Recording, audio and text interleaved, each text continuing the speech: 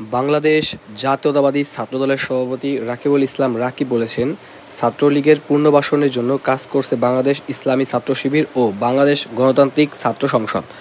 বৃহস্পতিবার ২৬শে জুন বিকেল ৩টার দিকে বিশ্ববিদ্যালয়ের মুক্ত মঞ্চে ছাত্রদলের মাসব্যাপী সদস্য ফোরাম বিতরণ কর্মসূচি অনুষ্ঠানে প্রধান অতিথির বক্তব্য তিনি দাবি করেন, ফ্যাসিস্ট সরকারের নিষিদ্ধ সংগঠন ছাত্রলীগের নেতাকর্মীরা চাঁদাবাজির সাথে জড়িত ছিল।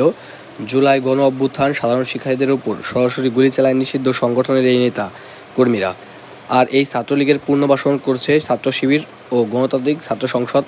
বাংলা কলেজের ছাত্র শিবির সাধারণ সম্পাদক সাইফুর রহমান সাকিব ছাত্রলীগের একজন কর্মীকে ছাড়তে পুলিশের কাছে গিয়েছিলেন। তিনি প্রশ্ন রেখেছেন, এর মাধ্যমে আমরা কি বুঝতে পারি তারাই নিষিদ্ধ ঘোষিত ছাত্রলীগের পুনর্বাসনের কাজ করছে? রাকিবুল ইসলাম রাকিব বলেন, বর্তমান জগন্নাথ বিশ্ববিদ্যালয়ের শাখা ছাত্র শিবিরের সভাপতি ও সেক্রেটারি ছাত্রলীগ করার প্রমাণ আমাদের কাছে রয়েছে। ঢাকা বিশ্ববিদ্যালয়ের ছাত্র শিবিরের সভাপতি সরাসরি ছাত্রলীগের কমিটিতে ছিল। বর্তমান ছাত্র শিবির ছাত্রলীগের পুনর্বাসন করতে চেষ্টা করেছে।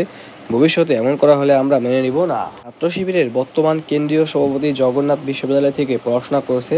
সে সম্ভবত 2008 ও 9 বর্ষের শিক্ষার্থী। তার কিভাবে ছাত্রত্ব থাকে? জমি ছাত্রদলের আহ্বায়ক কমিটির নিষ্ক্রিয় নেতাদের হুঁশিয়ার। ছাত্রদলের সভাপতি রাকিব বলেন, জগন্নাথ বিশ্ববিদ্যালয়ের ছাত্রদলের আহ্বায়ক কমিটিতে যারা নিষ্ক্রিয় আছেন তাদের ৫-৬ দিনের মধ্যে তালিকা করা হবে। তাদের বিরুদ্ধে অবশ্যই সাংগঠনিক ব্যবস্থা নেওয়া হবে। অবশ্যই ত্যাগী নেতাদের মূল্যায়ন করা হবে। আহ্বায়ক কমিটি যাচাই বাছাই করার পর প্রত্যেক ডিপার্টমেন্টে কমিটি ঘোষণা করব। রানিং শিক্ষার্থী দিয়েই বিভাগের কমিটি দেওয়া হবে।